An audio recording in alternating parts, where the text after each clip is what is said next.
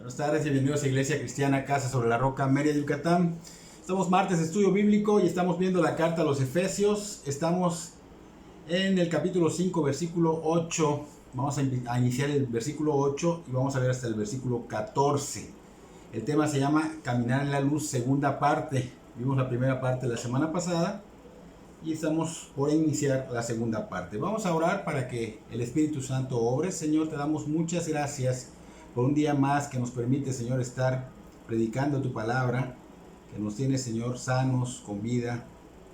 Pedimos que tu Espíritu Santo sea quien dirija las palabras, que tu Espíritu Santo sea quien prepare los corazones y que esta palabra, Señor, sea con autoridad y poder.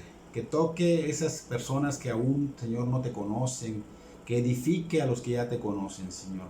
Pedimos por esas personas que están también en los hospitales, Señor, padeciendo este azote de la pandemia, los médicos, enfermeras y personas que están involucradas en los hospitales, que también ellos puedan escuchar este evangelio, Señor, que ellos puedan entender que no hay, que no solo se trata de esta vida, sino que hay vida después de la muerte, Señor. Ten misericordia de ellos también, Señor, que de alguna manera puedan llegar estas predicaciones a ellos, Señor, y si hay oportunidad de que nosotros podamos compartirles personalmente, Señor, prepara las citas bíblicas, Señor, para que les hablemos de ti, Señor, y ellos puedan ver la necesidad urgente de ser salvados, Señor.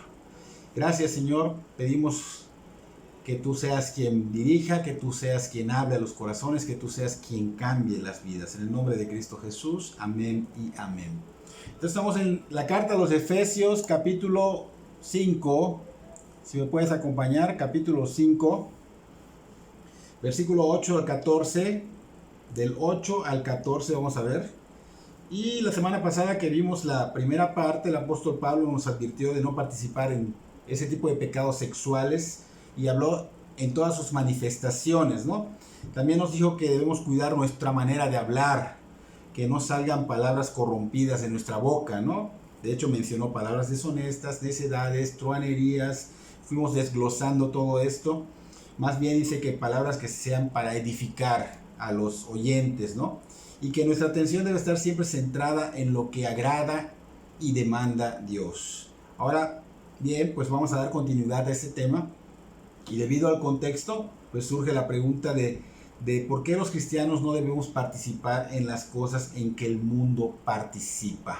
Y inicia nuestra lectura en Efesios capítulo 5, versículo 8, porque en otro tiempo, dice Pablo, erais tinieblas, mas ahora sois luz en el Señor. Andar como hijos de luz, porque el fruto del Espíritu es en toda bondad, justicia y verdad, comprobando lo que es agradable al Señor, y no participéis en las obras infructuosas de las tinieblas, sino más bien reprendedlas, porque vergonzoso es aún hablar de lo que ellos hacen en secreto. Mas todas las cosas, cuando son puestas en evidencia por la luz, son hechas manifiestas, porque la luz es lo que manifiesta todo. Por lo cual dice, despiértate tú que duermes y levántate de los muertos y te alumbrará Cristo. Aquí este es nuestro texto de hoy. Y en este texto podemos observar pues al apóstol Pablo haciendo una declaración, pero también vemos varias exhortaciones. Y vemos que esta declaración, dice Pablo, porque en otro tiempo eran tinieblas. En otro tiempo eran tinieblas, mas ahora son luz en el Señor. Vemos una fuerte declaración. O sea, eran tinieblas, ahora son luz. Sigue declarando que los cristianos somos ahora completamente diferentes a los del mundo, a los que no conocen a Dios. Se les llama impíos, o sea, personas que no han sido perdonados por Dios. Estas personas pues obviamente no tienen nada que ver con la luz, no tienen nada que ver con nosotros, sus conductas no deben estar en nosotros, porque nosotros, dice Pablo, que hemos pasado de las tinieblas a la luz admirable. Y esta es la verdad. Dios nos hizo nuevas criaturas cuando venimos en arrepentimiento y fe, y fue una transformación radical. No es una transformación externa. Oye, mira, cambió su físico, cambió su cuerpo. No. Es el mismo cuerpo, es el mismo físico, pero más bien hubo una metamorfosis dentro de nosotros, interna, y que se manifiesta con nuestra manera de vivir, con nuestra manera de pensar. O sea, se manifiesta externamente. Y esto es algo que nosotros no podemos hacer. Esto es algo que es sobrenatural. Solo Dios Todopoderoso, omnipotente Dios, puede hacer que un pecador verdaderamente cambie. Que un pecador arrepentido y humillado pueda cambiar, pueda su vida dar un giro de 180 grados. Y existen muchos seres humanos naturales, estos que no son inconversos, que no son cristianos, que no son, que son impíos, como dijimos hace un rato, que han dicho, me voy a hacer cristiano. Me voy a hacer cristiano, pero esto no es algo que tú puedas decidir, o sea, que esté a tu alcance de poder hacerlo. Esto solo Dios, solo Cristo lo hace posible. Es un poder sobrenatural, un poder divino que obra en el ser humano arrepentido en fe, humillado a los pies de Cristo. Entonces no es una decisión tomada para un cambio de estilo de vida, porque muchos creen, solo cambio mi manera de vivir, mi estilo de vida y ya me hago cristiano, empiezo a participar en la iglesia y me hago cristiano. No, no se trata de hacer estas cosas y comenzar a hacer otras cosas. Es verdad que cuando eres cristiano, en esa transformación que dijimos que es una metamorfosis interna, nos hace cambiar cosas, pero no es como lo están planteando. Esto se da porque hubo un arrepentimiento, esto se da porque veniste a rendir tu vida a los pies de Cristo y Cristo te perdona, Cristo te justifica, el Espíritu Santo te regenera internamente, empieza a haber cambios en ti de una manera sobrenatural. Pero no es algo que tú decidas hacer, sino es algo que Dios hace. Recordemos que Dios es el creador de todo el universo. Él creó todo lo que puedes ver, lo que son los planetas, las galaxias, todo. Y creó al ser humano, creó la naturaleza, creó todo. Dios habló y se hizo la luz. Y eso fue de la nada.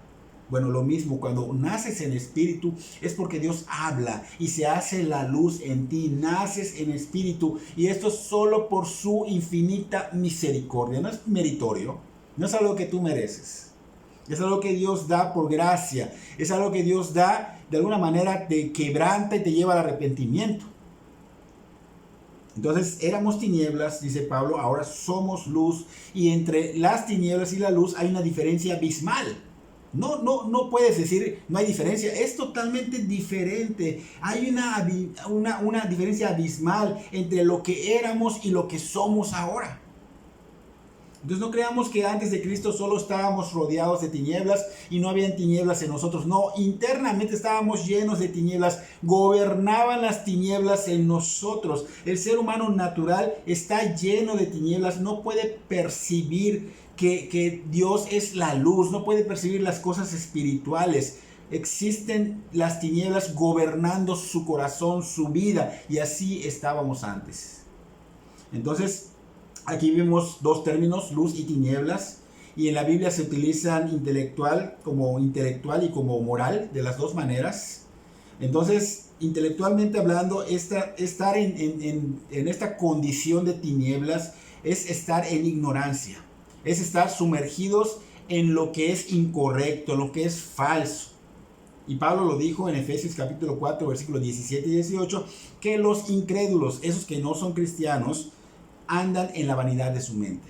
Andan engañados, teniendo, dice, el entendimiento entenebrecido, ajenos a la vida de Dios. No conocen la santificación, no conocen lo santo, no pueden percibirlo, no tienen la capacidad de razonar correctamente. Han sufrido daños por causa del pecado. Entonces, esos incrédulos no son capaces de discernir realmente lo que se necesita. Por ejemplo, ver urgentemente que necesitamos ser salvados. No son capaces de discernir lo que importa en esta vida. ¿Por qué? Porque están en lo más oscuro, o sea, están en una oscuridad densa, sumergidos en la ignorancia. Y esa falta de luz es un caos total. ¿Por qué? Porque de alguna manera te lleva a un estilo de vida pecaminoso y corrupto. Y el vivir en tinieblas, pues moralmente hablando, es un vivir en pecado. Entonces, Proverbios capítulo 19, versículo 2, dice, el alma sin ciencia no es buena. O sea, aquí la ignorancia no es una virtud. No es una virtud. Algunas personas piensan que hacerse cristiano es como que hacerse al tonto, hacerse al torpe. Y esto no es lo correcto. De hecho, no es lo que un cristiano hace. aunque nos toman como eso, pero no es lo que están equivocados. La ignorancia no es una virtud, es una maldición. Y Pablo dice que la persona que no tiene a Cristo en su corazón es ignorante. ¿Por qué? Porque ignora la verdad de Dios. Ignora la verdad de Dios, no conoce a Dios, no conoce sus caminos y es presa fácil del engaño y de la falsedad. Vive ciego, vive a oscuras, completamente entenebrecido.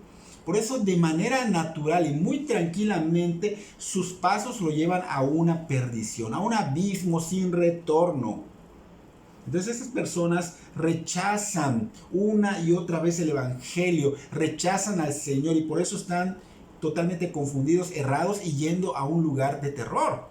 Pablo dice en 2 de Corintios capítulo 4 versículo 3 que si nuestro evangelio está aún encubierto, entre los que se pierden está encubierto, en los cuales el Dios de este siglo cegó el entendimiento de los incrédulos para que no les resplandezca la luz del evangelio de Cristo, que es la gloria de Dios. Así que están ellos de alguna manera velados por el mal. Dice acá que el Dios de este siglo, que es Satanás, hay un velo que tienen puesto, están en tinieblas, viven en pecado, viven en la ignorancia, viven en la miseria.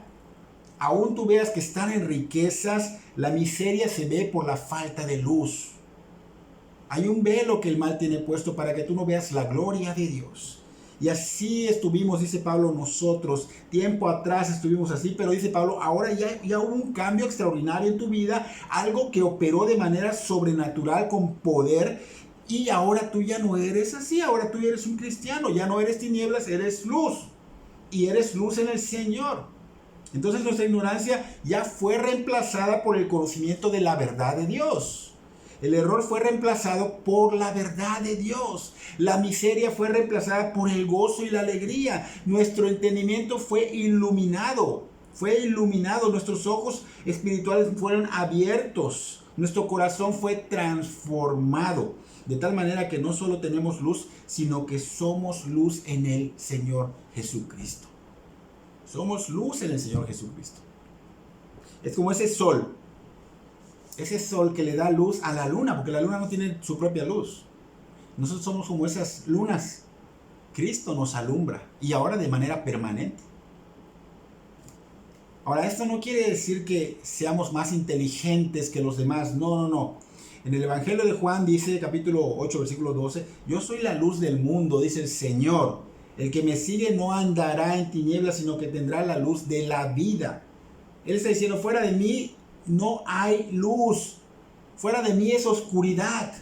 Porque yo soy la luz del mundo, dice el Señor Jesucristo. Y los que me siguen no andarán en tinieblas, sino que andarán en luz. Tendrán luz de la vida. O sea que el que es de Cristo y sigue a Cristo recibe permanentemente la luz de Cristo para que pueda alumbrar a otros. Pero no es que seas más inteligente, eso es por Cristo. El Señor dice en Mateo capítulo 5 versículo 14, vosotros, o sea ustedes, sois la luz del mundo, son la luz del mundo, somos los cristianos la luz del mundo. Aunque el mundo nos desprecie, aunque el mundo nos considere torpes, tontos, débiles, insignificantes, los cristianos son los únicos que son la luz, poseen la luz, nadie más. Y esto no fue meritorio, es por gracia. Es por gracia. Y ni los políticos, ni los psicólogos, ni los filósofos, ni los economistas, solamente los que son de Cristo, los que son regenerados, solo ellos tienen la luz porque ellos conocen al Dios verdadero. Ellos han sido liberados de la esclavitud del pecado. Ellos conocen la verdad, poseen la verdad de la palabra de Dios que fue revelada al ser humano. Así que es por el hecho de estar unidos con Cristo que ahora somos luz. De lo contrario, pues seguiríamos sumidos en la oscuridad. Estaríamos sumergidos en la oscuridad, en la misma ignorancia, en desgracia, viviendo una vida sin sentido, totalmente sin propósito, miserable, sin luz.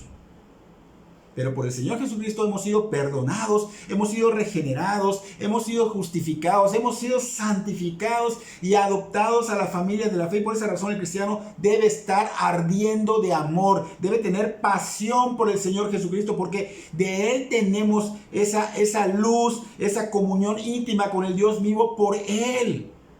Somos salvos y somos hijos de Dios. Por Él tenemos la esperanza de que el día que partamos, que muramos, vamos a estar en presencia de Él por los siglos de los siglos en su gloria. Todo cristiano debe saber y estar firme en que nuestra felicidad, nuestro gozo, nuestra estabilidad, nuestra paz no depende de cualquier circunstancia que se presente en nuestras vidas, sino de Cristo. Cristo es nuestro todo.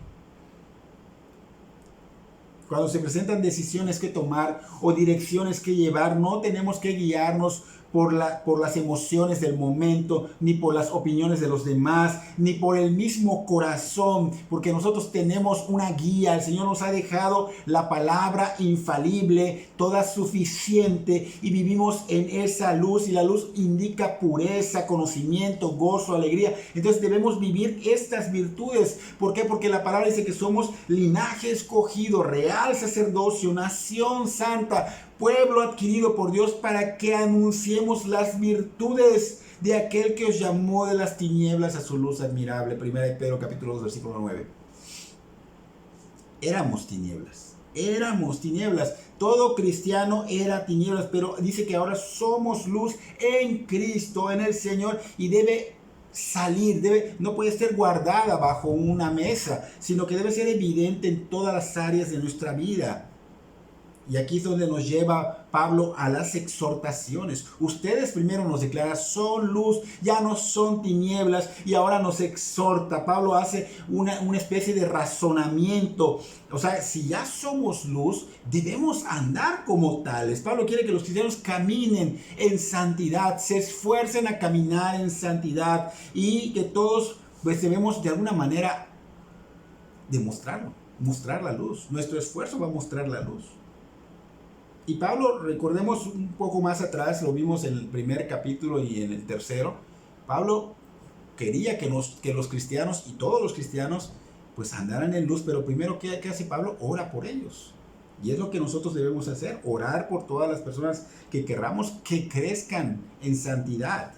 Entonces, aquí pues Pablo ya nos mostró en esos capítulos 1 y 3 que oró, pero no solo oró, compartió, instruyó, y lo instruyó a modo de aplicación. O sea, los llevó a una ética moral, a cumplir los mandatos de Dios. Pablo nos dice ahora que son luz, anden como tales. O sea, espérate, soy luz y puedo vivir como sea. No, anden como tales. Esfuércense a vivir como lo que son, luz. Él está sacando argumentos, nos hace razonar. Miren, aquí están los argumentos y aquí están las exhortaciones. ¿Para qué? Para que podamos ser convencidos, traer convicción a nuestras almas, para que los cristianos realmente se muevan y obedezcan, porque hay quienes están quietos. Algunos cristianos parece que perdieron de vista el proceso de la santificación. Ellos de alguna manera no creen en ese proceso, en ese esfuerzo que tienen que hacer para que haya un crecimiento espiritual, porque la santificación no es algo que se produce de forma automática en el cristiano. Tiene que haber un esfuerzo de nuestra parte. El Señor es cierto, nos salvó, nos santificó, pero tiene que haber un esfuerzo. Participamos en ello. Nos ha hecho partícipes de esto. Esforzarnos para entrar por ese camino, ¿qué? Estrecho. Esforzados. Entonces tiene que haber un esfuerzo. Algunas personas nos dicen que todo lo que el cristiano debe hacer, pues, es abandonarse al Señor. O sea, tú no te preocupes. La santidad, el Señor lo va a terminar. Tú abandónate al Señor, deja que Él obre, Él se va a encargar. No hay necesidad de que los pastores exhorten, no hay necesidad que se metan a direccionar sus vidas de los demás, porque esto trae problemas. Si tú te metes en la vida de los demás, trae problemas. No hay que hacer ningún esfuerzo, solo que escuchen la palabra, que asistan a la iglesia, porque si nosotros empezamos a meternos de alguna manera, a exhortarlos y todo esto, pues esto es un legalismo. Mucha gente lo toma así. Solo déjate llevar, vacíate, el Señor te va a llenar, deja que la gracia ore y se encargue de todo. Eso no es lo que la Biblia enseña. Pablo está haciendo una exhortación, de hecho varias exhortaciones en esta cita. Pablo no está diciendo, no se preocupen, ya son luz. y Dios se va a encargar y va a brillar por sí solo. No está diciendo eso Pablo. Él dice, por cuanto son luz en el Señor, ahora deben andar como hijos de luz. No participen en las obras de las tinieblas, más bien repréndalas. O sea, aquí estamos viendo que hay que esforzarse, que hay que hacer algo, que nos corresponde. Es claro que debemos hacer algo al respecto. Está claro. Entonces, ¿cómo lo vamos a hacer? Tenemos que entender que no lo vamos a hacer como esos robots, ¿no? Programados, sin esfuerzo. No, somos cristianos y debemos ser responsables y esforzados para tomar ese camino de santificación, ese camino estrecho. Si no tomamos determinaciones santas, no podremos avanzar en el camino de la santidad, no podremos madurar. Romanos capítulo 13, versículo 12 al 14. La noche está avanzada y se acerca el día. Desechemos. A nosotros nos corresponde. Desechemos pues las obras de las tinieblas y vistámonos las armas de la luz. Andemos como de día honestamente, no en glotonerías y borracheras, no en lujurias y lascivias, no en contiendas y envidia, sino vestidos del Señor Jesucristo y no proveáis para los deseos de la carne. Pablo está hablando a los romanos y le está llevando a ser práctico, a cumplir una ética moral, a unos mandamientos de Dios. Esforzaos en hacer esto. Desechen las obras de las tinieblas.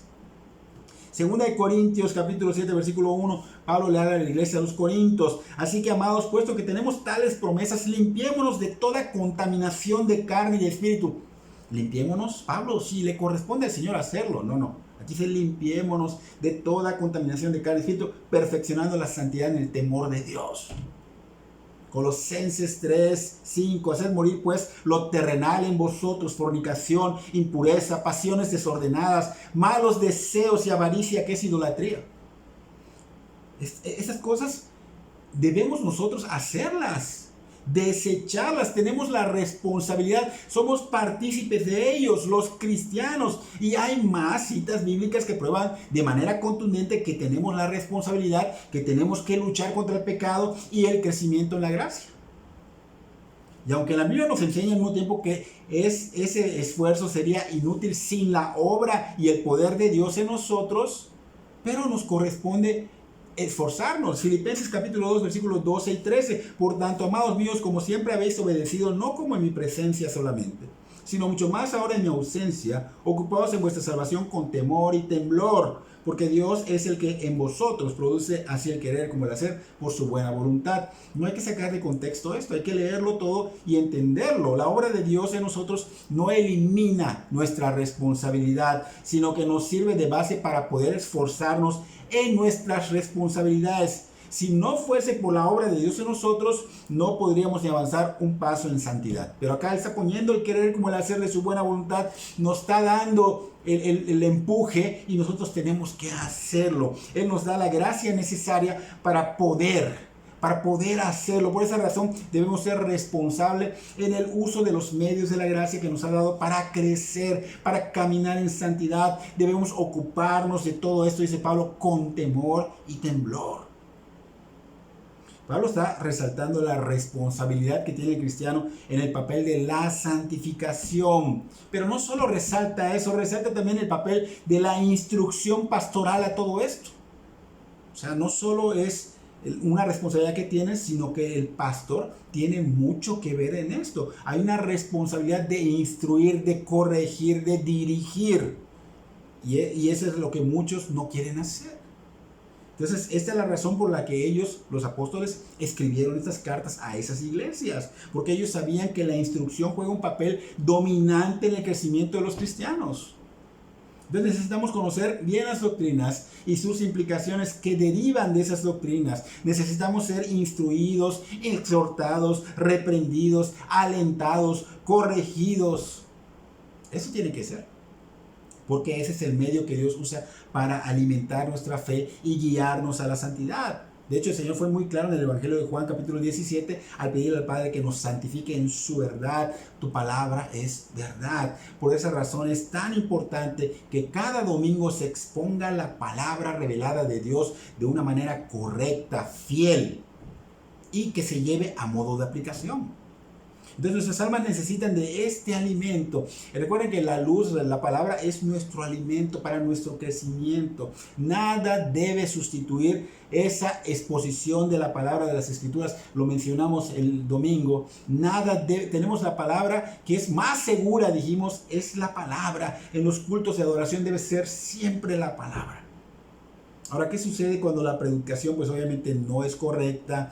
Estamos metiendo, tal vez torciendo, o no es la palabra totalmente, o se diluye. ¿Qué pasa? Pues obviamente el mal gana terreno en la iglesia. Y las almas de los cristianos que asisten en ese lugar pues van a sufrir daños. Van a sufrir grandes daños. Entonces Pablo sabía que esto podía pasar en las iglesias y que estaba pasando en algunas iglesias, y por esa razón él viene con estos argumentos y con estas exhortaciones prácticas. Entonces Pablo los hacía razonar, los hacía pensar, ¿qué debemos hacer ahora que somos luz en el Señor? Pablo les está escribiendo allá, ustedes son la luz. No les está diciendo, ustedes ya son la luz y dejen que el Espíritu Santo se encargue de aplicar la verdad. No. Rotundamente no. El Espíritu Santo va a aplicar en el corazón la verdad que es aplicada por el predicador. Entonces de esa manera obra. Entonces si nosotros somos luz, ¿cuál sería la aplicación? Pablo dice, vivir al estándar de lo que ya somos. ¿Qué somos? Ahora somos luz. Ejercitando con esfuerzo, dice Pablo en el versículo 9, el fruto del Espíritu, que es en toda bondad, en toda justicia, en toda verdad, comprobando lo que es agradable al Señor, dice Pablo en el versículo 9.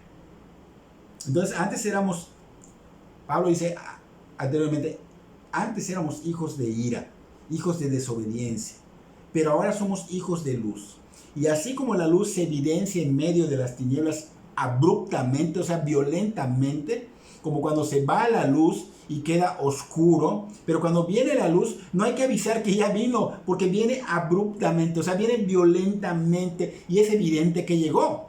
Es evidente que llegó. Así debe ser nuestro diario vivir, dice Pablo. Así como una luz, como esa luz que ya somos. La luz necesita ser de alguna manera vista, no anunciada. Ahí viene la luz, no, que vean la luz en ti. Cuando ella llega, todos la ven, todos la perciben. De esa misma manera, el mundo debe percibir la luz en ti, en cada uno de nosotros, los cristianos. Porque los cristianos debemos ser abismalmente diferentes. Debemos andar en luz porque somos hijos de luz. Y estos frutos que Pablo menciona acá en el versículo 9 son los que evidencian la fe verdadera. ¿Saben por qué? Porque no pueden ser producidos por alguien que no ha sido regenerado. No pueden ser producidos en la carne. Algunas personas dicen, yo soy cristiano porque voy todos los domingos a la iglesia. Pero el ser cristiano no se evidencia de esa manera. Puedes venir todos los domingos a la iglesia y no ser cristiano. Yo soy cristiano porque leo la Biblia. Una persona puede leer la Biblia y ser un estudioso de la Biblia. Puede seguir siendo el mismo impío que antes de leer la Biblia, aún sea un estudioso de la Biblia.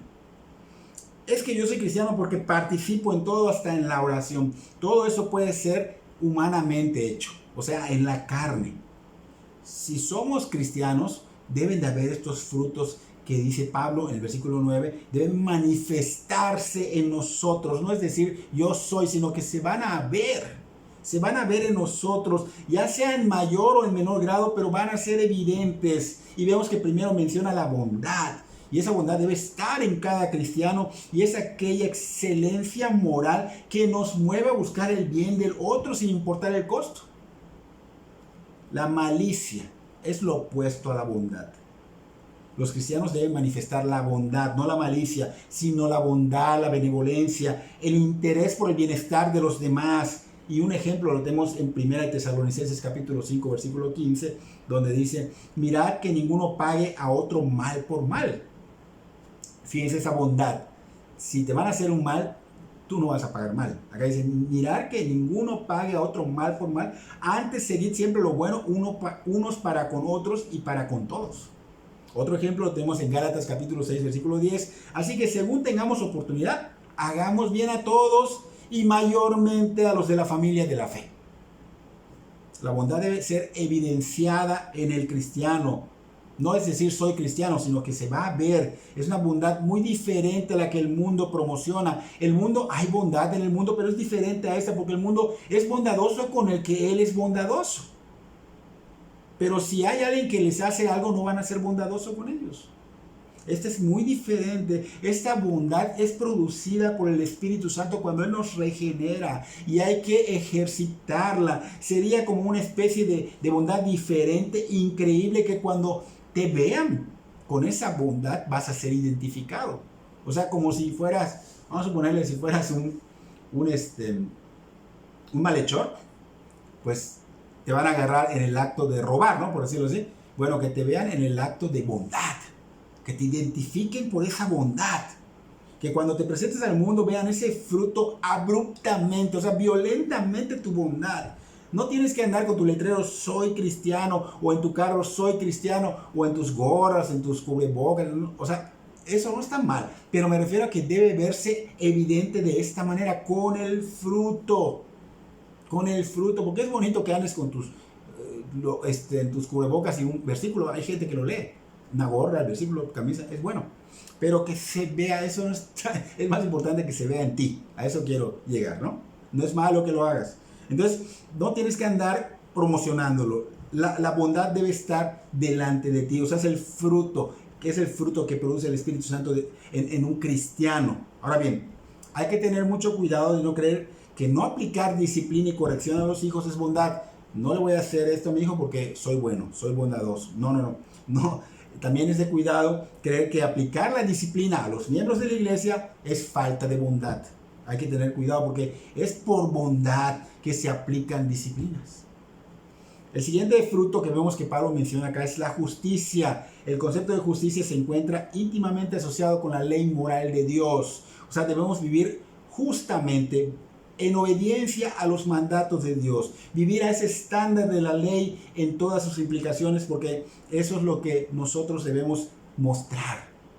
Enfocado en nuestra relación con Dios, con la ley refleja, recuerden que la ley refleja su carácter santo de Dios. Entonces, cuando nosotros estamos en obediencia a esos mandamientos, estamos reflejando esa justicia, estamos reflejando el carácter santo de Dios y se está viendo esa justicia en nosotros, pero nos estamos esforzando. Nos estamos esforzando en hacerlo. El tercer y último fruto es la verdad. La palabra de Dios, la verdad de Dios, y obviamente se enfoca en vivir en base a esta verdad de Dios, que se opone totalmente al engaño, que se opone totalmente al error. Por ejemplo, el cristiano debe ser honesto, debe ser confiable, debe ser íntegro, sin hipocresía, siempre enfatizando estas virtudes. Siempre. No es que yo no lo veo en la Biblia, bueno, acá lo estamos viendo. Hay que enfatizar todas estas virtudes. Y estos tres son los frutos que producen la luz, dice Pablo. Frutos que no se van a producir por accidente, ni por alguien que no sea cristiano, ni de forma mecánica, sino que los cristianos los van a de alguna manera manifestar. Y estamos involucrados en eso y tenemos que hacer algo para poder manifestar estos frutos, porque ya los tenemos. Ya somos regenerados. El fruto del Espíritu Santo está en nosotros y ahí están, hay que ejercerlos. Y Pablo nos exhorta a ello. Si en verdad somos luz, debemos de manifestarlos. Debemos analizar de ahora en adelante cómo estamos viviendo, nuestro andar, para ver si nuestra manera de vivir es conforme al carácter santo de Dios reflejado en la ley moral. Por eso Pablo, el versículo 10 dice, comprobando, o sea que tenemos que estar comprobando. Y como la palabra comprobando significa discernir, poner a prueba, examinar.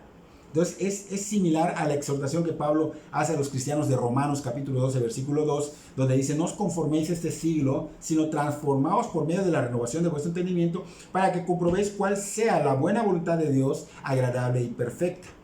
Entonces aquí el cristiano debe saber muy bien y no olvidarse nunca que ya no vive para sí, sino que vive para aquel que murió y resucitó y lo compró.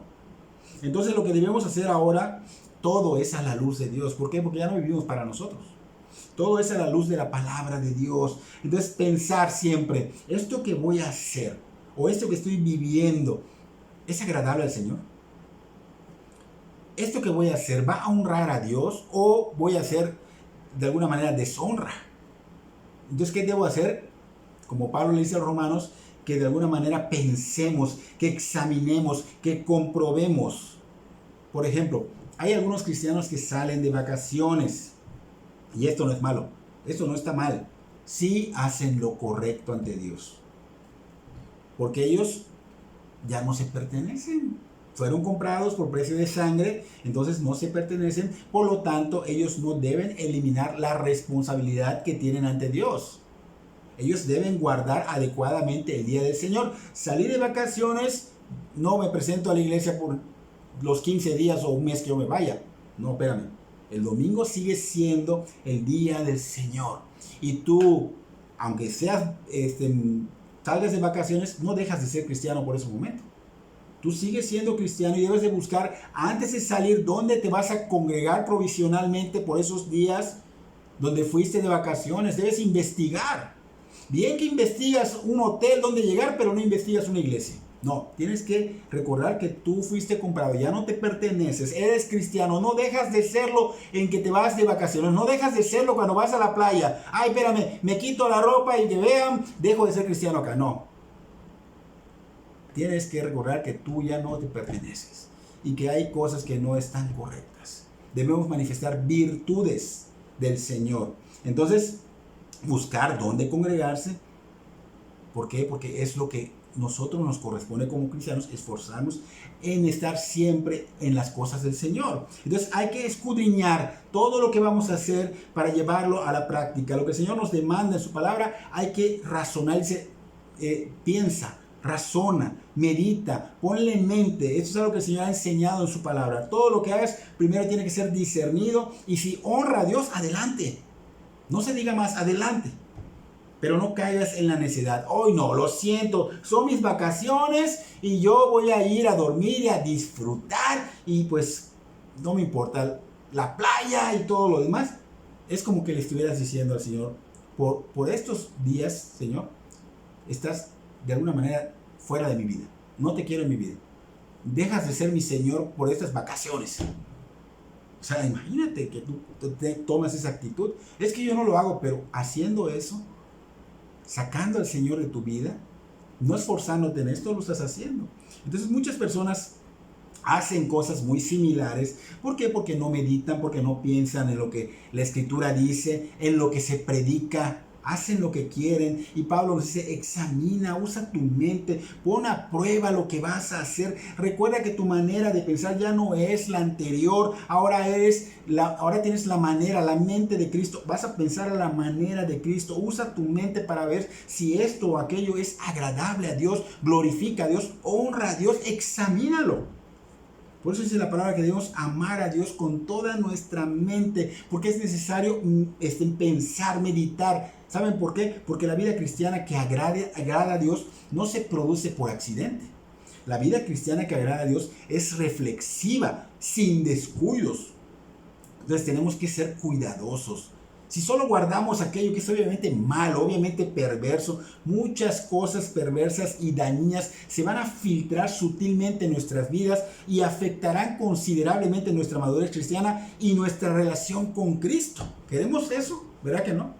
Entonces debemos siempre preguntarnos, ¿esto que hago es conforme a la voluntad de Dios? Por ejemplo, ¿esto que hago? Hablamos del fruto, son 3 frutos que vimos ahorita. ¿Esto que hago es conforme a la bondad? ¿Es conforme a la justicia? ¿Es conforme a la verdad? Porque cada vez que vayamos a mover un pie, hay que examinarlos y hacernos esta pregunta.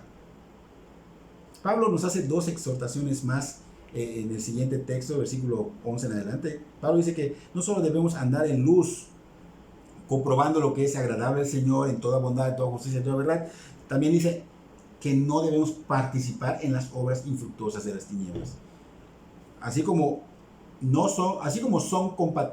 son incompatibles, mejor dicho, la luz y las tinieblas, así también es ilógico que los hijos de Dios vivan al estilo de los del mundo, de los que andan en la oscuridad. No es aceptable. Entonces, esta palabra que dice acá, que no debemos participar, esta palabra participar tiene la idea de que no debemos deleitarnos haciendo cosas en común.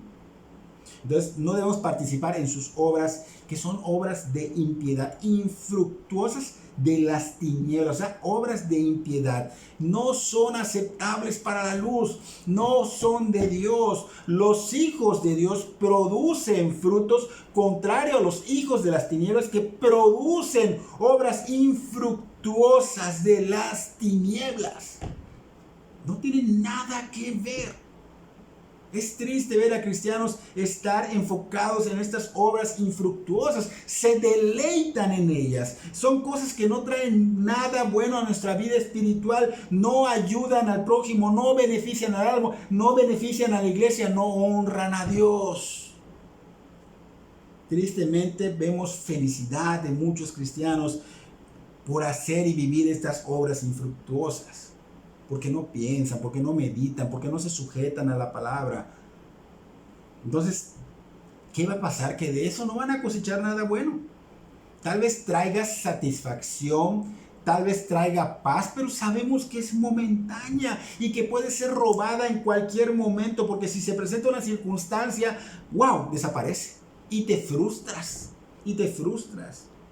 Y esa desgracia es para el impío, para el que no conoce a Dios. Pero ¿por qué tú que conoces al Señor, por qué tú, cristiano, participas en esto? No debes andar en ellas, dice Pablo, reprendedlas. No participes, repréndelas.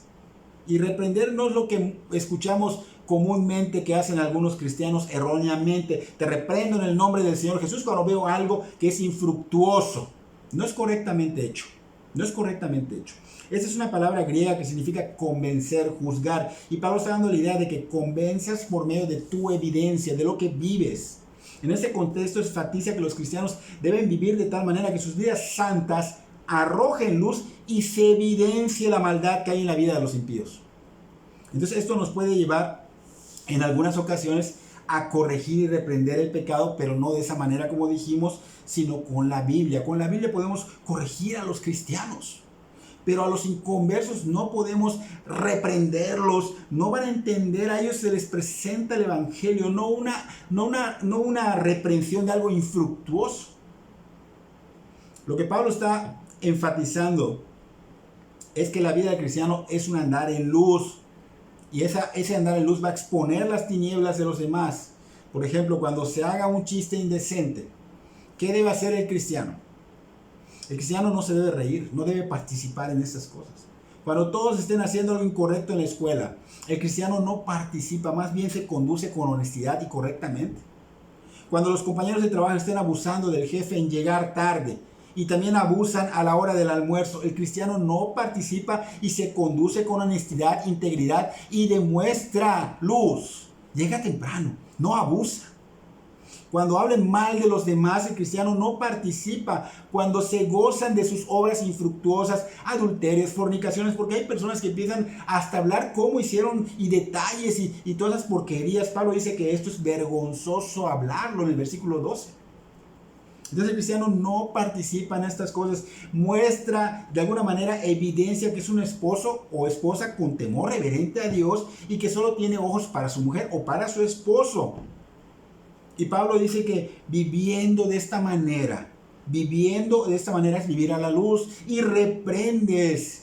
Vivir así es reprensión a todos los que andan en tinieblas. No tienes que estar reprendiendo. Con tu vida automáticamente reprendes esas tinieblas. Y debe ser una vida constante, no solo una vez, constante sin fluctuar. Versículo 13, más todas las cosas cuando son puestas en evidencia por la luz, son hechas manifiestas porque la luz es lo que manifiesta todo. Entonces, estas cosas no nos deben a nosotros absorber, no debemos participar en ellas, no debemos ser contaminados con ellas, porque podemos llegar a ser absorbidos y ser contaminados y poder llegar a que se cauterice nuestra conciencia, como Pablo dice constantemente. O sea, se endurece al grado de que con el paso del tiempo estas cosas las vemos como algo normal y empezamos a decir, ay, exageran. Es un chascarrillo, es un chistecito, no se oye tan mal o no se ve tan mal, ay, exageran sus tabús.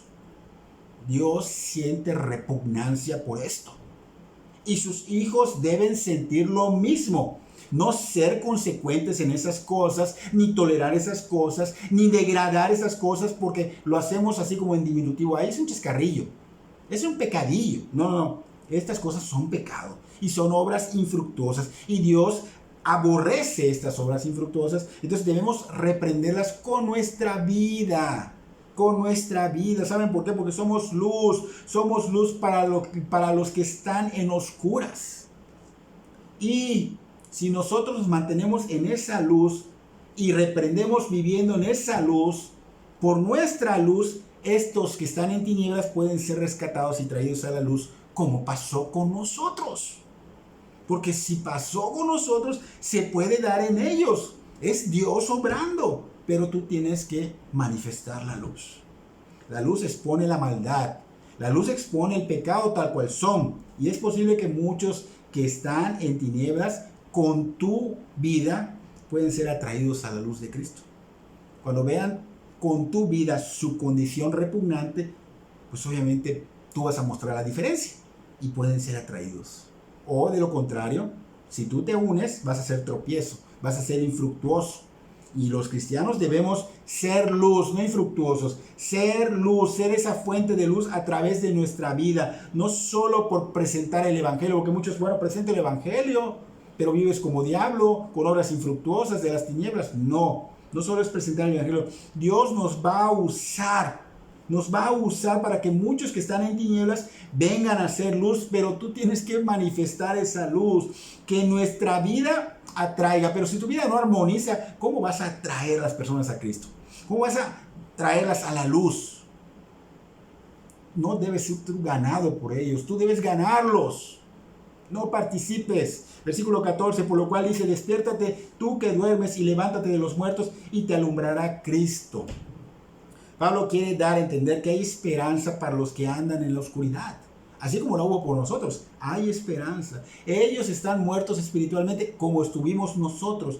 Por eso se les invita a través de nuestras vidas y de lo que hablamos a despertar, a venir a la luz. Ellos pueden ser despertados y traídos a la vida y a la luz por Cristo.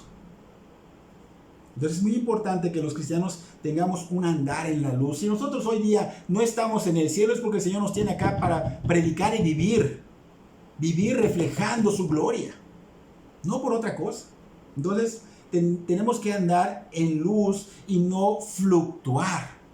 Hay unos días sí, unos días no, en luz, porque tenemos la responsabilidad de respaldar lo que hablamos con una vida que armonice con lo que hablamos, con la piedad.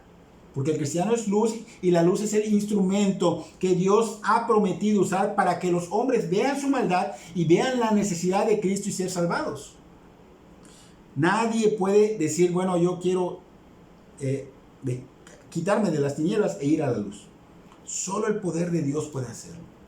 Es por gracia, no es meritorio, tú no puedes decidirlo, es Dios. Pero usa la luz para esto. Dios ha prometido usar este poder en el contexto de la predicación del evangelio, porque el evangelio es poder de Dios para salvación. La luz del evangelio debe resplandecer para los que están en tinieblas, para que ellos vengan a la luz. Así que concluimos con este tema preguntándonos si es evidente en nuestras vidas esa luz. ¿Somos hijos de luz? ¿Es evidente? ¿Sí perciben las personas con las que tratamos la bondad, la justicia, la verdad, la integridad que caracteriza a los que andan como hijos de luz? Si nuestro estilo de vida realmente está reprendiendo a aquellos que andan en tinieblas. Porque vamos a imaginarnos que invitas a un compañero de trabajo o de escuela o algún vecino. Si ese vecino, compañero de trabajo o compañero de escuela va a escuchar esta predicación a tu iglesia, este hombre o mujer va a confirmar el que tú vivas de esa manera con la predicación. Va a ver que, wow, con razón vive así. Lo va a ver. Debemos preguntarnos, porque es cierto que no somos perfectos, pero hay una lucha. Y debe verse esa lucha en el cristiano, debe verse esa luz, porque luchamos con el pecado. Y deben de ver que cuando pecamos nos avergonzamos. y que vamos inmediatamente a pedirle perdón a Dios y procuramos estar en la voluntad de Dios, porque es nuestro mayor deleite agradarle a Dios, serle fiel a Dios.